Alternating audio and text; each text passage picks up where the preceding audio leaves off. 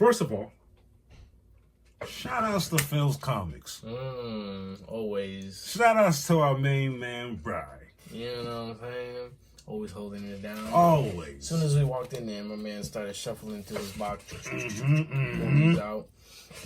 But yes, David Pepos, Jonathan Lau, loving the story. It gets better and better the more it rolls out. More characters are being introduced. I love it. And here's one thing I love. We talked about this before. The Space Ghost I was introduced on Cartoon Network. They had the original cartoon, but I never got the beginning. It was always somewhere in the middle, so it's hard to understand where all this started. And then that ended, and then we got Space Ghost Coast to Coast when we was doing a talk show. Baby. So being introduced to these characters in this light makes it that much more better. Especially being introduced to a Zorak. Before we continue, we got one of your favorite artists. Yes. Bjorn Barron's cover. Awesome. And of course, one of my favorite. One of his favorite. And I'm not going to lie, I'm jealous of this guy.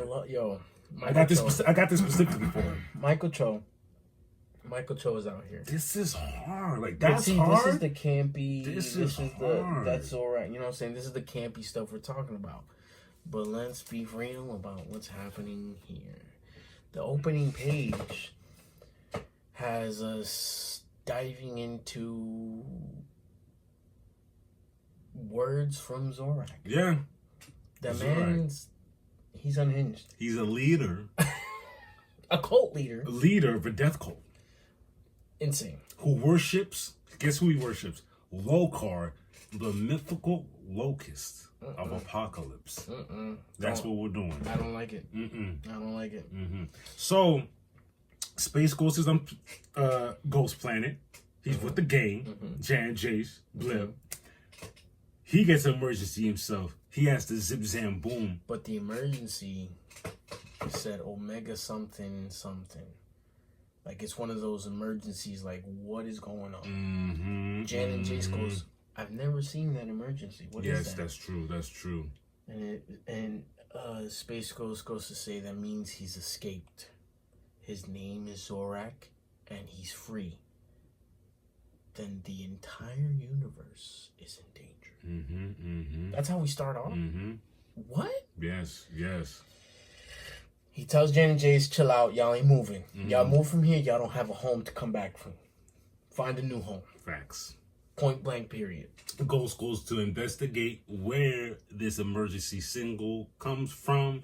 He runs into Titanor. Titanor like some big robot. And they get to duking things out. They banging. It looks crazy. It looks insane. And while they're fighting, of course this would happen. Jan, Jason, Blip, they're back where they're bickering with each other.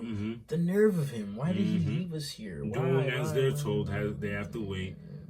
An emergency pops up on the screen. Got a bunch of scientists talking about help, SOS.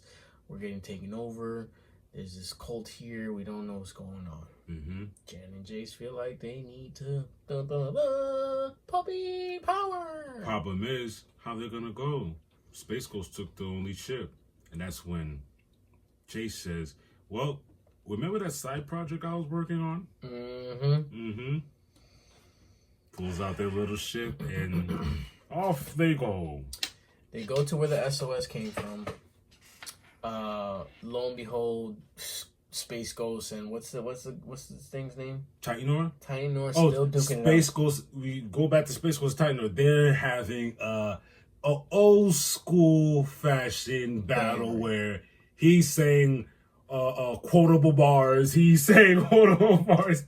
They're going laser for laser. Duking it out. Power beam to power beam. It's getting crazy. Jan and Jace get to where the SOS is. Lo and behold, they have the invisible tech. All three of them, Jan, Jace, Blip, all have the invisible tech BAMs that Space Ghost gave to them. They get into the wherever they are. They get into the what was it? It was something important. Are you talking about where the scientists where were? they are? You track down to where the scientists are. Yeah, but where they are is something important to the universe. It's like a big communication center. They get in there. They're invisible. You hear Zorak talking. He's talking to his henchmen or his cult followers. Jan and Jace get to the scientist. Hit 2 of the henchmen over the head. Pink, pink. Old school fashion, you know. They fall over. Tell them, shh, it's okay. We're about to get you out of here. So they thought. What I find wild about it is that, first of all, Zorak's choice of language, his vocab, calling people heretics and all that stuff. he made sure to tell his people about, because they came running along. They're like, Zorak told us they'd be invisible, and they came with the radioactive sludge to uninvisible them.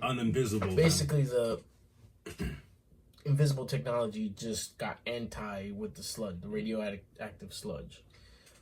Which kind of is crazy, because isn't that radioactive stuff to humans gonna? I don't know. I don't know how that works. But they were in an important place. Now I get it, because Zorak plans to unleash his god by tearing a rift in the universe using the scientist's tool. Got you. So, boom, Jan and Jace, donezo. They're still alive, but now they're captured. Meanwhile, pan back to Space Ghost still putting a can of whoop ass on this guy. And he finally, like, I remember the ending of it, like, Titanor was like doing one of his this is last word type of joints, but Space Ghost is like, nah, and Space Ghost lets out this huge beam and ends it all. I like the fact this story did not end well. No, it didn't. It's a nice little cliffhanger they gave us. But basically, essentially, Zorak gets into contact with Space Ghost, tells him what's going down, holds the gang hostage. You guys, Jan, tells them, hey, look, they're not dead yet, and they can stay alive as long as you follow these rules. Submit to me and hand over to them bands. Submit to me your power bands. I will give them to you harm-free. You know that's a damn lie. But it just sucks, because if they would have just listened... It damned if you do, damn if you don't. Because remember what they said?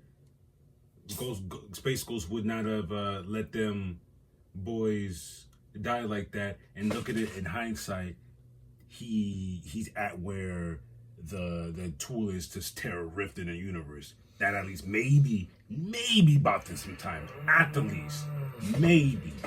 I guess. But yo, the writing is great. Great. I love Zorak not Zorak as a fan. I'm not a fan of Zorak. I like that this is genuinely a bad guy. No, he looks tweaked out. Like, you see this Zorak? You see this Zorak? It's no way compared to what he really looks like in the comic. He looks cartoony here.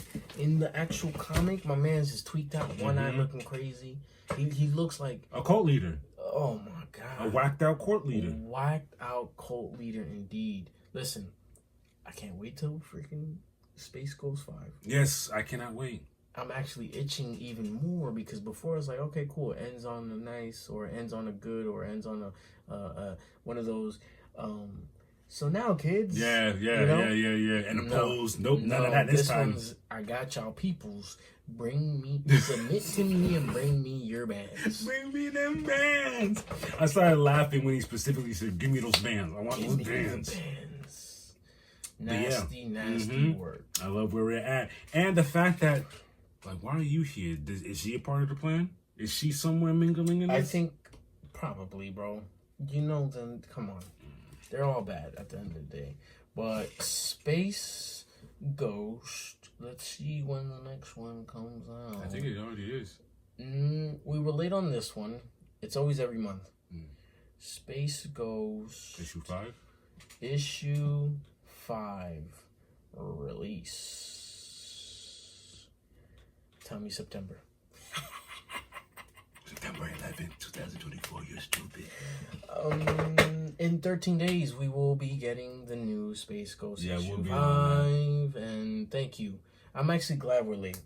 Because now it's not that far. Usually it's literally a month. It's literally a month before. We're around the corner. That's awesome. I can't wait to see the cover. Definitely going to be calling up, pre-ordering for issue 5. Brian, this is us pre-ordering issue 5 of Space Ghost. Basically. It's happening. I really liked it. Again, shout outs to David Pepos, Jonathan Lau. Awesome writing, awesome art, awesome covers. We're going to continue our adventure. Till next time.